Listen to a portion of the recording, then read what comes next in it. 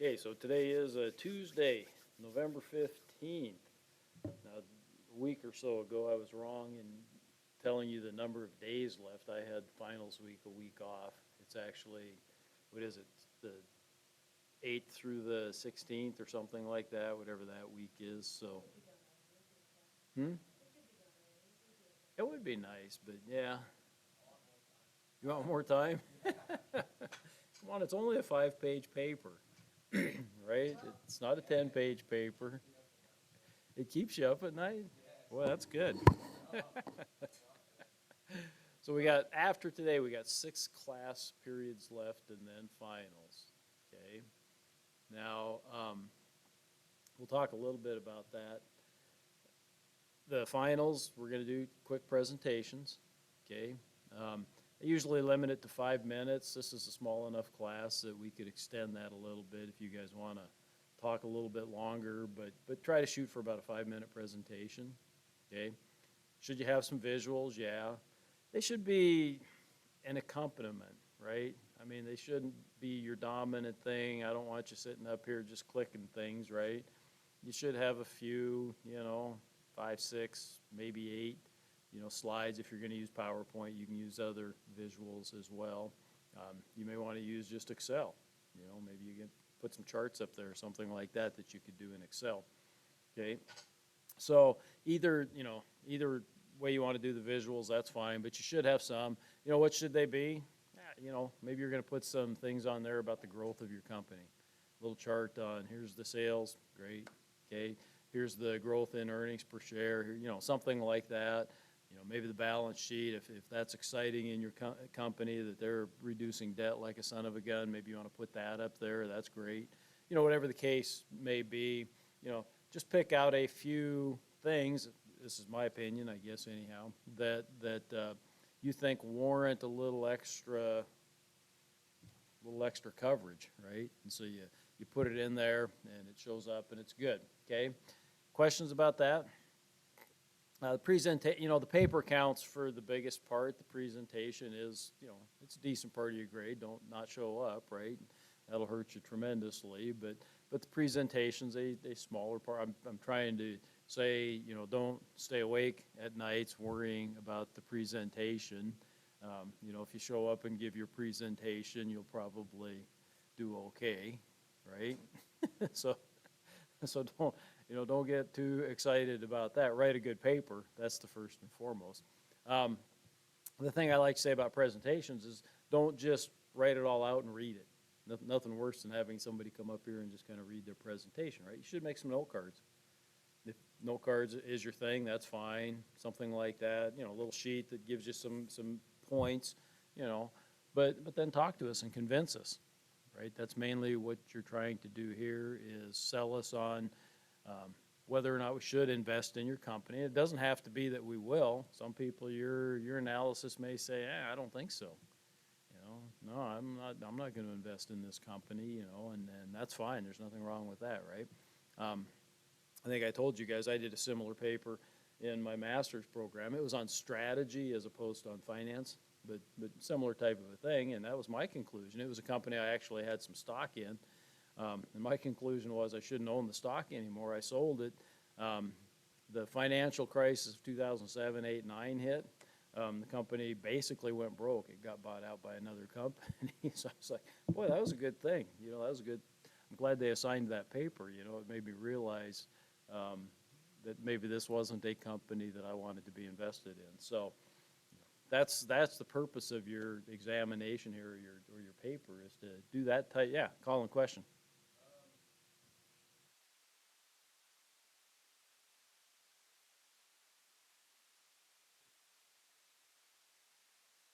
The Sunday before finals week, so we can put up a calendar here maybe.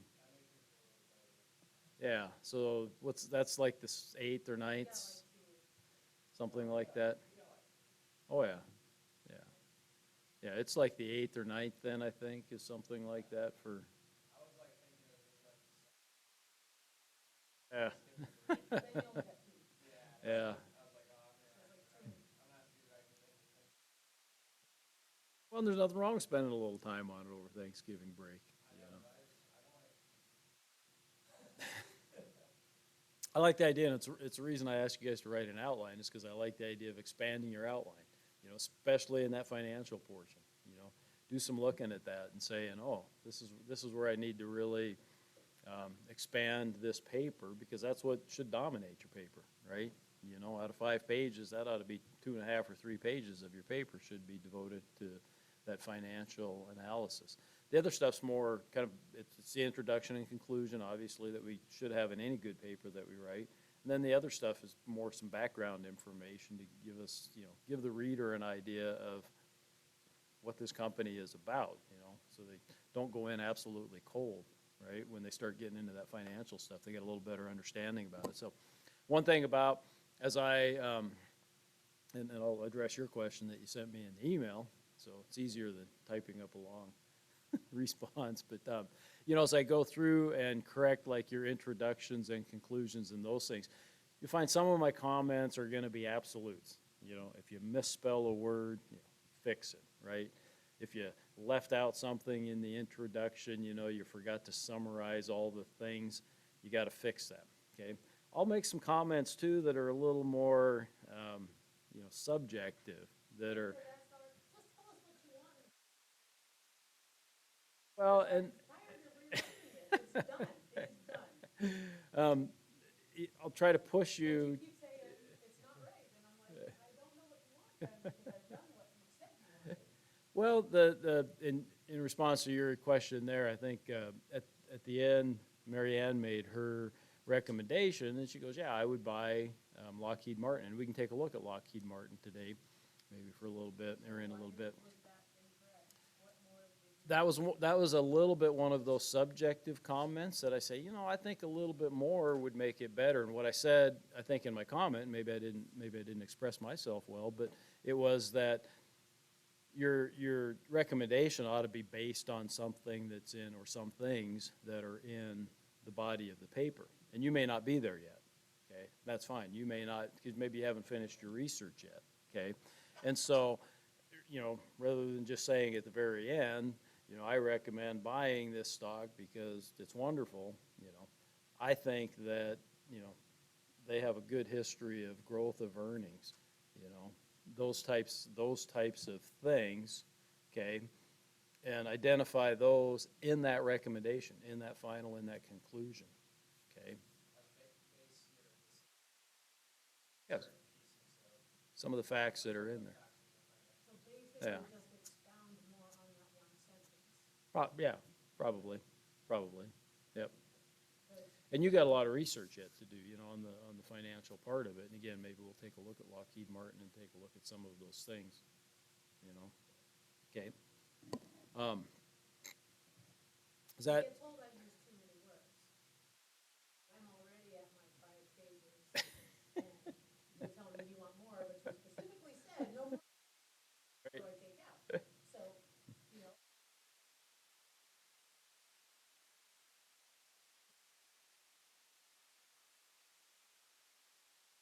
I would do this because and that's the part I don't know where you're going, because in your outline, you haven't put anything. for that. Did you ask for the introduction number? I've said that in the outline several times, that no, I need that outline. I didn't know. I need that outline expanded so that I really have an idea what you're looking at in terms of the financials. Okay, yeah, yep. I mean, that part just needs to be expanded. And as you write your paper, I think that's a good way to go about doing it, is kind of expand that outline. And here's the things that I need to put in there, right? And then you can sit down, hopefully if you do that good job of that, then you can sit down there in one evening or whatever and write out, the paper, okay? And again, remember, there's a lot of things, I said the paper's the big part of this, but there's a lot of things that are leading up to this that count in that, whatever, 40% of your grade that the paper accounts for, 35, I think it's 35%, right? I mean, your intro and conclusion, your outline, your, finding the ticker symbol, those types of things have all contributed to your grade, as well the presentation in that. And so, usually the presentations go well too, to give you guys another little level of comfort. I actually have you guys help me grade them, and so students tend to grade a little easier than the instructor does when it comes to presentations, so, and that's fine, Okay. Other questions about that? Again, so read my comments. If you got questions about my comments, then ask. Mary Ann's done a great job asking some of those questions, and let me try to clarify. Sometimes me typing, big long thing, but we meet enough in class that I can sit down with you and go over it in class. That's the best way to do it, and maybe talk about it, maybe be a little clearer than I might be in my little bit of comment or in my feedback that I might put into the thing, right? Okay, so. Okay, this week, I think all the assignments were due, right? Chapter 13's assignment. Is it already due or due today or something like that? So, Chapter 13 is done. last week? Okay, 14 is due Monday through Thursday, and the quiz is due today. okay, okay. And 14 can be done on a Word doc, if I remember right. There's not problems there. I think that's just asking a few more generic types of things, okay? Next week and then the week after Thanksgiving too, I'll probably, that's what I told you guys, I might get into a little bit more of the old lecture, and I'm kind of looking forward to that a little bit just because of what's going on right now. Like I said, we went for 40 years without having meaningful inflation, and now all of a sudden we have inflation, and so it's this phenomenon that other than Mary Ann and I, you guys don't really know anything about. And it has, it's kind of rocked the world a little bit, maybe a whole lot. The PPI number came out today, which is the producer price index. It was a little less than expectations. It's still 8% though. 8% inflation is way too much. Okay, 8% inflation means the prices are going to double every 9 years. Yeah, we don't want to. The bad part is, when you are younger and you're working and raising a family, Oh, if you're to support your family, you don't pay attention to. I yeah. actually don't remember we talked about it, but it was like, hey, I'm working 2 jobs, I'm raising Oh. my family, I got shit to do. I remember it This well, one, eh? though, this one, Yeah. $200 every 2 weeks, well, twice a month Yeah. for groceries. Yeah. President and I, and all of a sudden it's 125 a week, Yeah. Yeah. It's a big deal. or $60 for my little pickup that Lucy paid for, Yeah. and 60 for my car that Lucy paid for. Oh, yeah. No, it's, we're talking, yeah, gasoline that's well, it's been up to $2 a gallon more than what it was. And yeah, you got 15-gallon tank, $30 every time you fill up. If you fill up once a week or every other week, that's real money. So, My did, husband told him how much, yeah. you don't want it. CHS is a cooperative though. So. Bridger, Yeah. you had a question?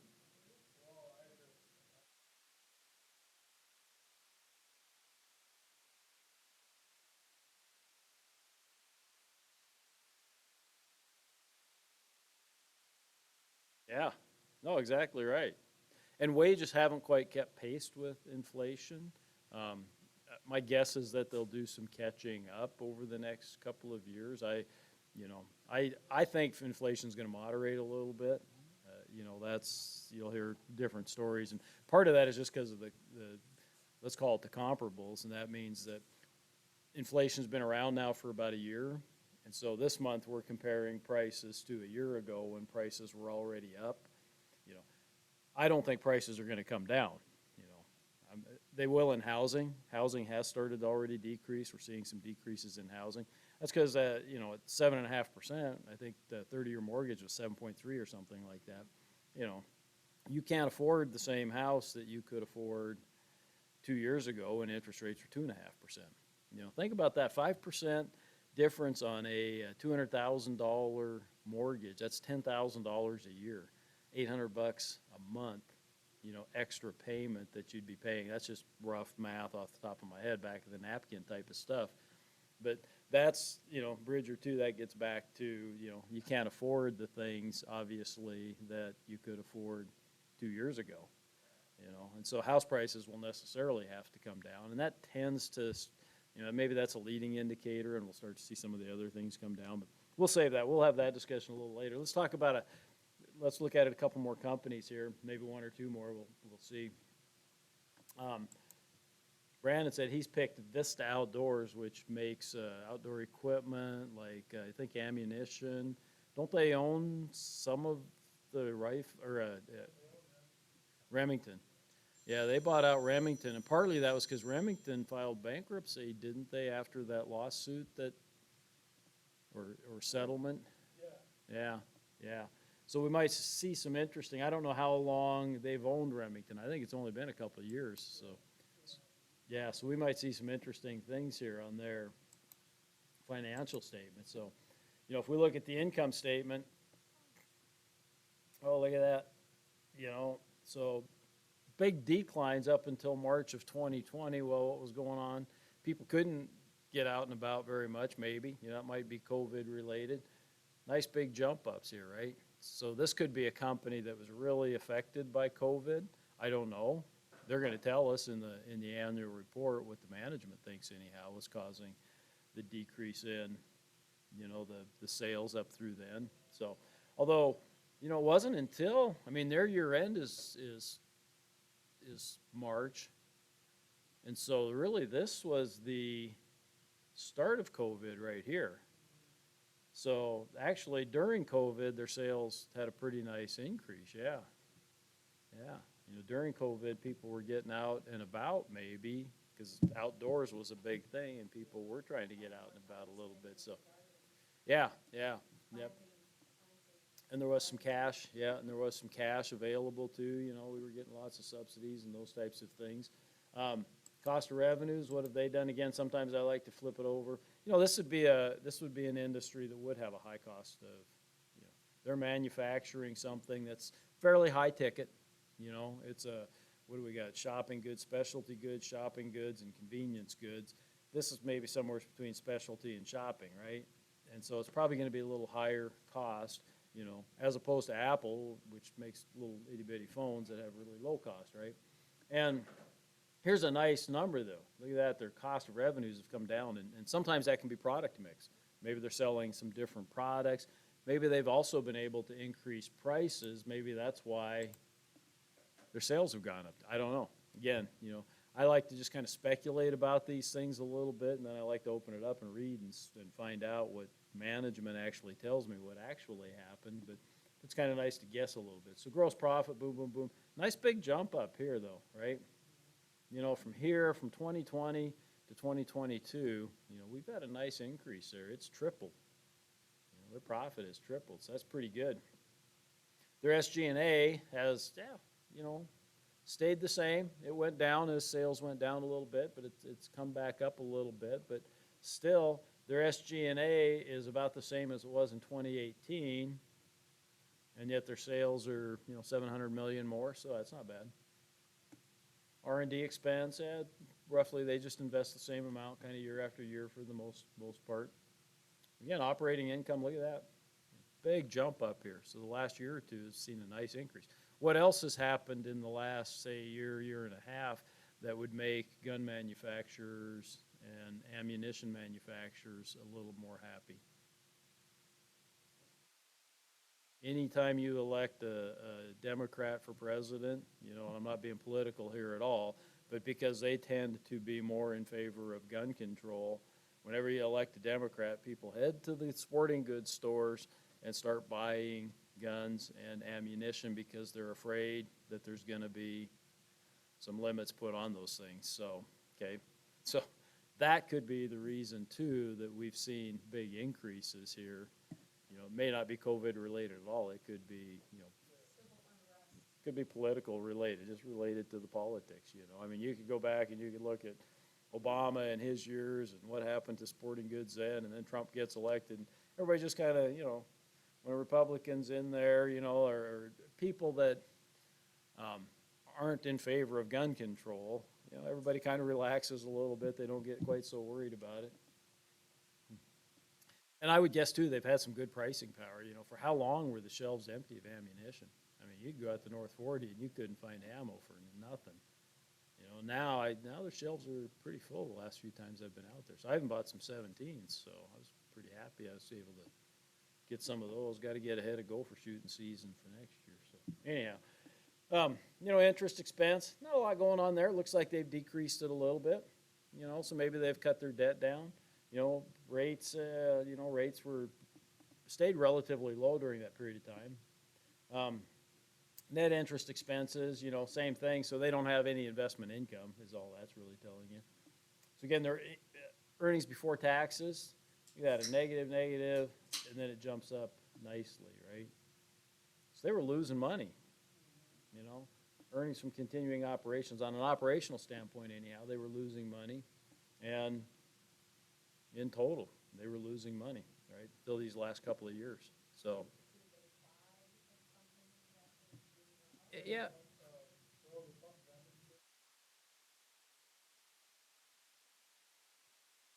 Yeah, yeah. And it could have, sometimes those things take a few years to get turned around, no doubt. So could be those things, yeah, yeah. But, what a nice, bad year here in 2019. What else happened in 2019 then that jumped out at us? Oh, right here. Well, no, what is it though that caused that? Selling, operating, boom. Just decrease in sales, decrease in gross profit of about 100 million. Selling in general went down though. But their operating income, boom. Huh. Doesn't seem like that's adding up quite right. Take a look at that and see for whatever reason, it just doesn't seem like that's right. If we had this for gross profit, 50 million there less, all of a sudden down here, we're 600 million less. Huh. So there might be some unusual items in that year that a person might have to take a look at. Is why that took such a huge jump down. And again, that could be buying a company. Sometimes you got to write off some of the things that were part of the purchase. Maybe you buy the whole company, but you get rid of some divisions in it, something like that. So it could be something like that. So you might have to take a look at that in 2019, that year end 2019, see what the heck was going on there. Per share again that year. But other than that, it's really, the last couple of years have really been nice for this company. Now the midterm elections happen, so so we'll see what our prognosis is for the next couple of years in terms of guns and ammo sales. We might have thought, had the election gone a little differently, that maybe they'd moderate or maybe even come down a little bit. But now the way it's looking, it's hard to say. So. Yeah, non-material probably, yeah.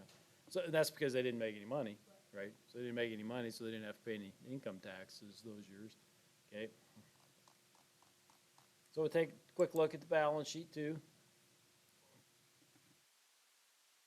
Cash, they had a lot of cash here. Be interesting to see what they did with the cash, right? Accounts receivable, that kind of looks like it just follows their sales. Nothing big is going to jump out there. Other receivables, nothing huge there. Inventory, so they've jumped up their inventory. Looks like they were, again, kind of following their sales a little bit. I don't think there's anything really horribly important there. Here's other current assets, and those took a big jump down. You kind of wonder why, and again, that might have something to do with what was going on in this year. Okay. Plant, nothing major going on there. Accumulated depreciation looks kind of normal. That's normal. Yeah, look at there. Goodwill. Okay, we went from 657 here to 204 here. Probably to do with that purchase and probably as an extraordinary item. What'll happen is if they bought something 2 or 3 years ago and they booked that goodwill up here, and they'll slowly amortize that, but if they do a reevaluation of that purchase and they say, no, this company's not worth what we paid for it, we're just not getting that kind of revenue, they'll write down that. A little bit of a guess there on my part, but I've sure seen that oftentimes on annual reports. And that could be the unusual item that caused that earnings before taxes in that year to go way down. So, okay. Long-term receivables, those are pretty small numbers there. Total assets, jumped up here a little bit the last couple of years, so they've been adding some assets, but those could be in the current side, cash, inventory, those types of things, would be my guess is a lot of that. It's nothing special going on there. Long-term debt, we thought had been going down, and it had, but boy, look at here just recently. This might be a case where you want to take a look at, the last quarterly report or whatever and wonder why their debt, in the last couple of years has really bounced up.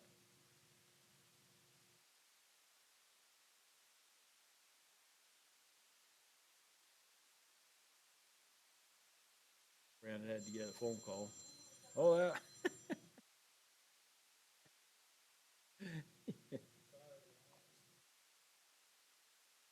You're looking at their debt, and their long-term debt here decreased nicely through here, bounced up a little bit there, but you might want to look at their last quarterly, Brandon, as opposed to, in addition to their annual, and I'll show you where to get their quarterlies too, but because it really have jumped up here, $500 million in some long-term debt. Maybe that's because things are going good and they've decided to do some expansion, those types of things. Could easily be the reason. Common stock hasn't really changed. Retained earnings, the retained earnings have been negative because they were losing money, right? But now almost to the positive.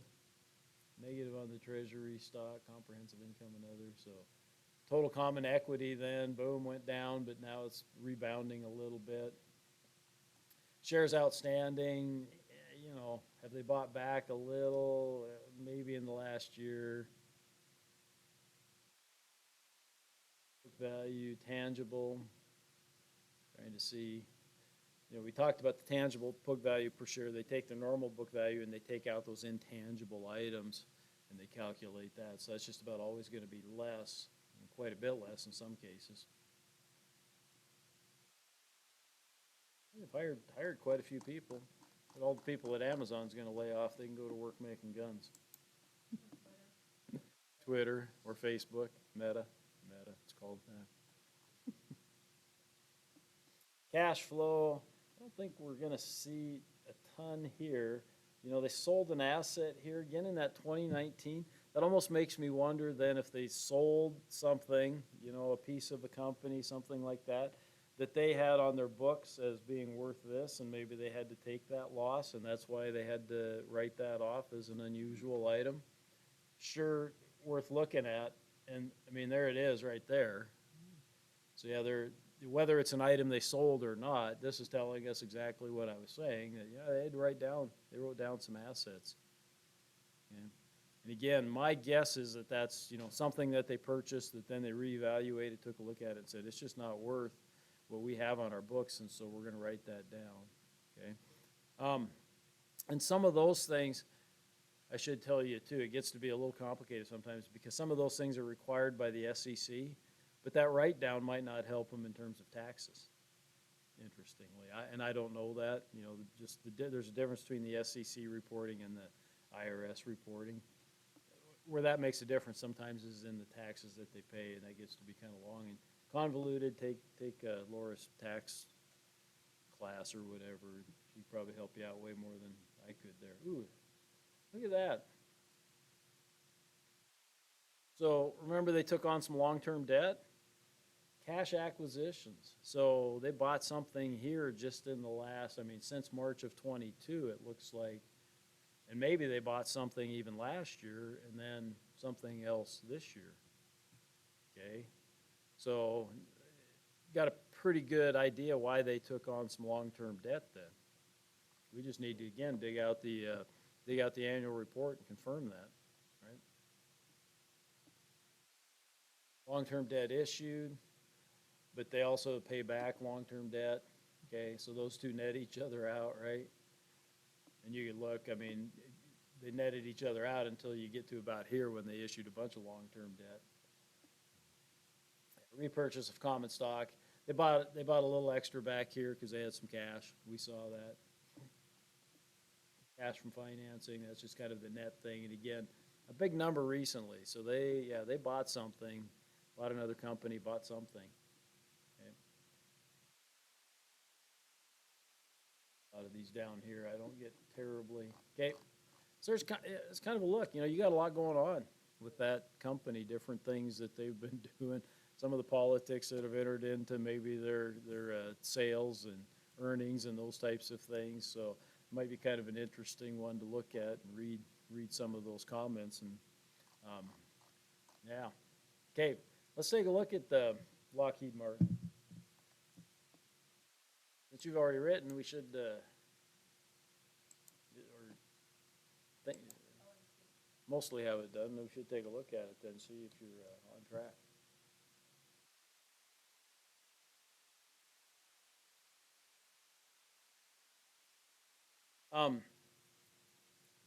And don't be afraid to look at some of these others. I'm kind of concentrating on the financials, but don't be afraid to look at some of these things, right? I mean, it'll tell you some good things, right? Revenue growth year over year. Do they have some longer term ones? Yeah. Earnings per share. Long-term growth, 3 to 5 year. They've grown 16 or 11.5%. Percent difference to the sector. Minus 58. So that means the sector's outgrowing or growing a lot faster than Lockheed Martin for the last 3 to 5 years. Kind of interesting, isn't it? So who would be the sector? Boeing, maybe, some of those others. Okay, so don't be afraid to kind of take a look at these, and if you got some questions, and maybe I'll spend another class, we can take a look at it and see some of those different things that are on there.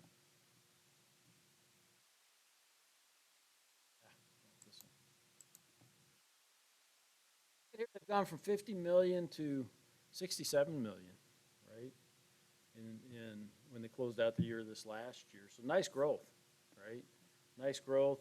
One thing I was going to tell you is, 50 million to 67 million, that's a, 12 million, 17 million in growth over a 5-year period of time, which if you calculated that, you'd say, well, that's about a 30%, a little less than 30% growth in that time. Don't confuse that with annual growth rate, right? Don't confuse that with annual growth rate, because those two are really important. If we take, I'm going to just rough numbers here, yeah, but if we take 50 and 67, this is equal to this minus this, right? So that's our growth, and then this is equal to this divided by this, 34% growth rate, right? Okay. Nice. Okay. That's 34% growth over a period of 5 years. But what is the growth rate? And we've showed you guys how to calculate that, right? We come to rate, we hit OK. We got the number of periods is 5. The present value, we'll enter that as a negative, is 50. Or past value, we could almost call that. Okay. Then the future value, we're going to enter in as a positive that. So it's at about a 6% annual growth rate. Okay. Two different concepts. Make sure that if you're writing your paper, that you're kind of keeping those in mind. And you guys know how to calculate these. You've had some assignments like that. It's pretty simple. And I used rough numbers here. Obviously, I rounded tremendously. You should use the real numbers and probably be a little bit more accurate. But, that gives you a really good idea then, and the two different concepts, make sure you describe them that way if you're writing your paper that way, okay? Could you use either or? Yeah, but make sure you write the correct thing down. They've grown by 34% since, 2017, right? Or they've had an annual growth rate of roughly 6% since 2017, okay? Pretty steady. I was kind of amazed. I was looking at this one before class. They're almost like Costco there. Look at that. Their gross profits just give or take about 0.5%. Maybe a little difference in there, but give or take 0.5% or 1%. They're right near that 13% range. Okay, it doesn't change a whole lot. My guess is they do a lot of contracting for the government, and they probably do a cost plus or whatever type of contracting. Here's what our cost is going to be, and you're going to pay us an extra 15% or whatever the heck it is. I don't know. Okay. Selling and general and administrative expenses. I kind of keep those. That's really small. Yeah, really steady. and that's really small. I mean, that's a very small percentage for selling, SG&A types of expenses for any kind of a company, really. You know, that's really small. I forget what it was for Vista Outdoors. It was quite a bit more than that as a percentage, I think. Maybe we didn't look at it as a percentage, but, yep. So that, yeah, so you get down, like you say, their operating income very, very steady. They had a little bit going on here, and this was kind of interesting, I think, in that 2020, when I looked at the absolute numbers. Let me show you what I mean. How do you have a negative operating SG&A expense in a year? That's physically impossible to have a negative, okay, except what? What happened, probably? They got PPP or something like that, and it still astounds me that a company could show that they got more money than what they actually spent. How that happened, I mean, it obviously looks like it happened, right? But that just astounds me. I mean, the largesse of the government in that case was just astounding. So, things were kind of cruising along here a little bit, and you got something like that. And so we would expect that 2020 was a good year, because their sales didn't suffer. Their sales jumped up fairly nicely, and yet they got reimbursed basically for more than their operating expenses. That's astounding, okay? Interest expense, again, nice little decrease throughout there. We would suspect, again, because interest rates there stayed relatively flat, that they reduced their debt. Okay, nice. We like to see companies kind of reduce their debt, generally speaking. We're going to see some increases this next year. Okay, we're not going to see it on your guys' papers, but as interest rates go up, these companies are going to have to pay more. And or we're going to see companies paying down debt. There's a lot of companies that's sitting on a cash balance, plus they got debt over here, but that's because they could borrow money at 2%, and they get it right off the interest expense, right? So their net cost on that's like 1.5%. Shoot, yeah, I'll keep money over here in my savings account because something might come up if I only got to pay a net cost of 1.5% on debt. Okay. So their EBT, and again, yeah, we expect 2020 looks like it should be a good year, and it was a good year. And income tax expense. So what happened here from 2017 to 2018? Was that the change in the? I didn't think it happened. Yeah, it would have happened about then, because Trump was elected in 16, so he'd taken office in 17, and so it might have been for the tax year 2018. Yeah, we got to know what happened with the decrease in taxes. I mean, that's 2.6 million or billion, 2.6 billion decrease in taxes. Wow, which then really contributed to our earnings growth. So huge thing there. Earnings per share, again, big jump from there to there, but that's primarily because of the tax situation. Weighted average shares, they've been, consistently buying back a few shares. Nothing, doesn't look like they got anything major, but they probably just got a real steady share buyback program going on. And earnings per share, again, we'd expect 2020 looks like it should have been a good year, and it was, because anytime you get money like that, wow. Payout ratio has to do with what they're paying out in dividends. Yeah, so 2017 might have been a weird year, too. That's kind of weird. They paid out over 100% of their income in dividends that year. Again, some companies will do that. Their effective tax rate, though, went from 64% down to 13.6%. Wow. I don't think that that's all just the tax change. There was something going on in 2017, too, so. What it is, I'm not sure. Cash, 2018, kind of strange. But remember, they spent a lot of cash here at that payout. Accounts receivable, that's about what you'd expect. Nothing major going on there. Inventory, about what you'd expect. Other current assets, those bounce around a little bit, no biggie. They've slowly been increasing growth, so they have to build new plants probably on a pretty regular basis. Depreciation, that's about, yeah, nothing weird there.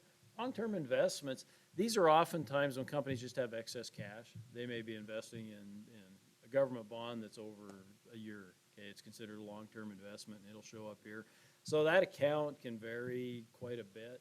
You know, the fact that it went away doesn't really bother me. Again, they probably had some long-term investments. They might have sold them, cashed them in, used that money to pay down debt, used it for other things. There's not a huge deal probably.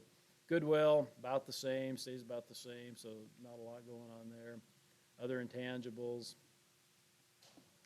that, for them, that could be things like patents and things like that. It's very possible. Deferred taxes, nothing really. Other long-term assets. Big jump here, though, last report. That's kind of interesting. So last quarterly report, and I'll show you guys where to look for quarterly reports too. Okay, accrued expenses, short-term borrowings, that jumps out at you, but it's not that big of a number. And that's just a year end. Remember on the balance sheet, we're a point in time. So did they have 600 million? I know that's a lot of money for any of us, but for a company this size, it's like, right? Yeah, did they have a little bit outstanding at the end of the year? Yeah, not a big deal probably. Current portion of long-term debt, look at that for 2021, it's almost down to nothing, but then it jumps up here again in this last report. So they borrowed some money. I wonder if they got something going on too. Maybe they purchased another company just here in 2022. That's really not showing up, and we might have to look at some quarterlies to see. Let's go take a look at that just while because we've kind of looked at some of the other things. Here's options, beers, momentum, summary, SEC filings, okay? So the 10s are your reports, required reports, okay? And companies, publicly traded companies have to report quarterly.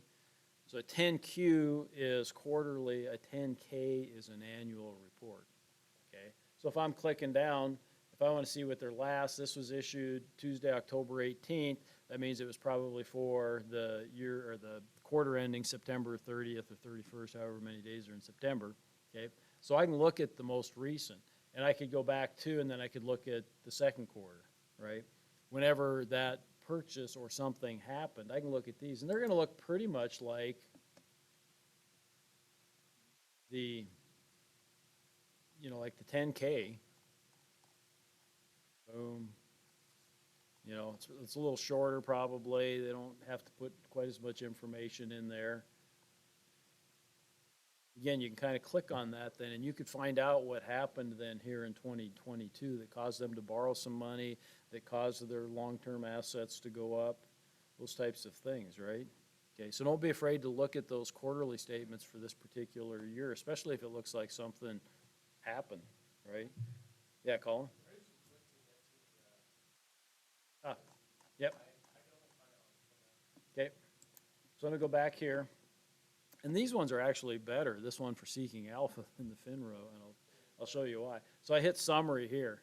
So I was on financials, right? I hit the summary, and then it says SEC filings, okay? So you hit the SEC filings, and what I like about this is that it always allows you, it gives you this view of the PDF.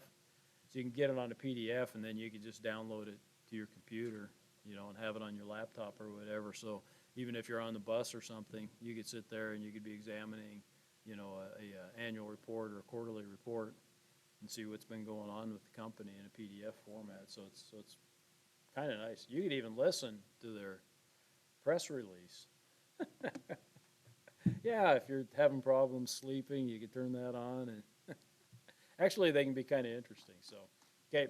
I've spent enough time. We talked about a couple companies there, looked at a few things that I think are important for those companies, and hopefully that helps even you guys. Again, if it's not your company, it helps you in terms of looking for things and what you're looking at, et cetera. So I will shut up. Anybody got questions?